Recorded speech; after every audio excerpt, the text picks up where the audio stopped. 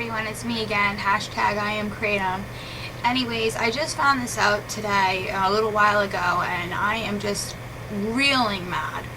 So, I found this post on one of the Kratom blogs, and it's about this company called Hogan Lovells. HOGANLOVELLS, if you want to look it up. Now, this claims that I don't know the accuracy of this article, but it does look like an accurate article, and it basically, apparently this Hogan Lovells is the lobbyist group behind the prohibition of Kratom. Now it says, lobby behind the Kratom ban 2016 political candidate campaign contributions. So in other words, this company, Hogan Lovells, gave different political candidates money to ban Kratom, and among the most comes from our lovely Hillary Clinton. Now, I was going to vote for Hillary Clinton, but now I will not be voting for Hillary Clinton, because I think it's absolutely ridiculous that that woman went on TV, and I watched her many times sitting there listening to the stories of family who lost their loved ones from drug abuse, and she did this whole I don't know, it was even probably like an hour special that she sat there with people that had, suffered losses from drug addiction and promised to do something about that. And then to find out that she is the one that's behind this Kratom ban.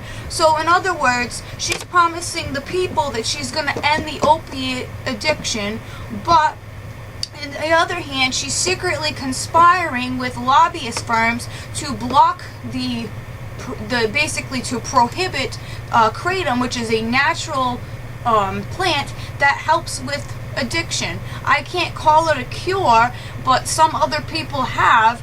It is phenomenal as far as what it works. There are people that I have met that have been on heroin and other substances for 10, 15, 20 years. These people went through detox, they went through rehab, they've done the methadone, they've done the Suboxone. None of that stuff ever worked for them, but with this Kratom they were able to get clean, go back to work, get custody of their kids back, and be a good parent again. And now this is talk about crooked Hillary, right? I didn't really understand why people called Hillary Clinton crooked until now, but now I can realize why they call her crooked. She's telling you one thing and she's secretly doing something else. Instead of helping the opiate crisis, she's actually going to make it worse by banning a natural plant that can cure addiction, or if it doesn't exactly cure it, it certainly treats it better than any of the pharmaceutical stuff that's out there. But guess what? This Hogan Lovells that's donated all this money? Well, guess what? They work with pharmaceutical and biotechnical regulatory law. I'm looking at their website right here, and this is what it says. Drug companies face pressure from many directions, from a forebounding regulatory landscape, from competitors with alternative brands and generics. Yeah, competitors as in natural substances that work better, that don't kill people.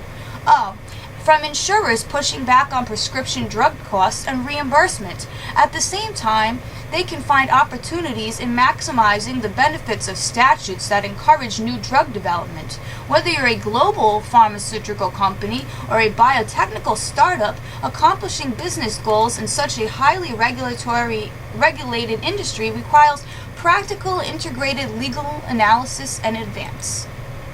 We are creative in solving your problems thanks to our background and experience. We not only know the law, we know the nuisances of the law because many of our lawyers have worked with the U.S. Food and Drug Administration. Others have worked in the industry, which means we understand your business, the science behind your business, and your marketplace. And to provide integrated advice across jurisdictions, our former biotech lawyers in Europe, Asia, and Latin America collaborate closely with our U.S. team, which is the largest in the nation dedicated to providing regulatory legal services in the industry. According to this is a Wikipedia on this Hogan Lovells, and I'm going to scroll back up here.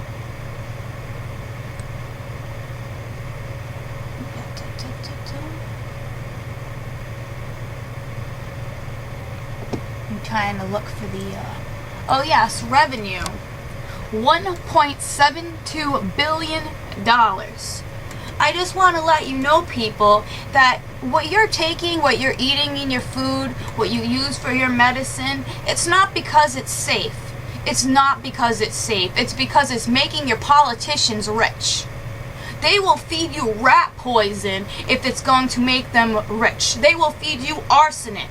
They will feed you something that will give you cancer, because then when you get cancer, they can make even more money on your cancer, on your sickness, on your illness. You people in America need to wake up and step up and demand something is done about this. Do not accept this. They are poisoning you. They are taking your politicians, are taking your donations, and then laughing straight to the bank with them because they're doing what the Big Pharma pays them to do. They're doing what lobbyists pay them to do. It's not because it's safe, ladies and gentlemen. It's because the FDA used to work with the regulatory company that's trying to get it approved. So we give you some money, we give you some money, and we give you some money, and the people get to eat rat poison and think that it's curing their cancer. Please wake up, America, and do something about this, and do not vote for that crooked bitch. I'm sorry, but I can't believe I saw that whole infomercial there with her. You know, people were crying on her shoulders about, you know, their kids and their sister, their brother that died from opiate addiction. And then to find out that she's taking money from the same lobbyists that work for the pharmaceutical companies that are donating money so they can keep on selling their fentanyl and their opiates. And meanwhile, the cure, or at least something that helps with addiction, is going to become illegal, while the stuff that's killing people every day out on the street, fentanyl, is still legal. Why is it legal, ladies and gentlemen? Because they're making money from it. And as long as they're making money from it, something's going to be legal. If they can't make money, it's illegal. They call it dangerous. Oh, don't eat basil. That's dangerous. Here, take this pill. It tells you it's going to give you a stroke, but it's still safer than that basil that you've been taking. Oh no, that stuff, that causes hallucinations, delusions. You might go into a rage. Oh, you might eat somebody's face off, but just keep taking these pharmaceutical pills. Yum, yum, yum.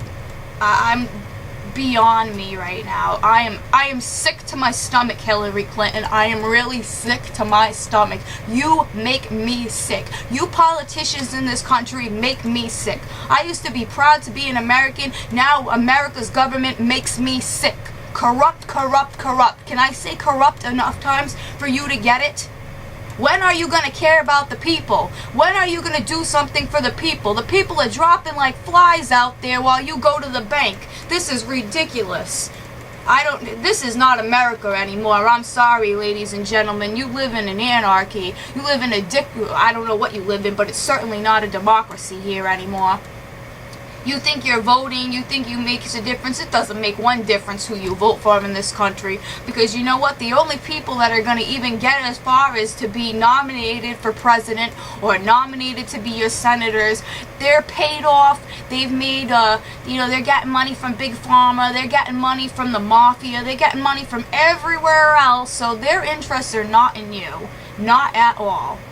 They've got so many lobbyists coming up to them with different things, pharmaceutical companies, food companies that want to put a little bit of poison in your food. So, just let this 2% of poison go. It's not going to kill that many people. And here's this fat shack, and that's fine. You can do that now. It's sickening. It's really sickening. I'm sickened by this. To think that, we live in a democracy, and this is supposed to be America and freedom, and we're supposed to get the choice to vote, and yet we have no idea what's going on. Most of you people are asleep.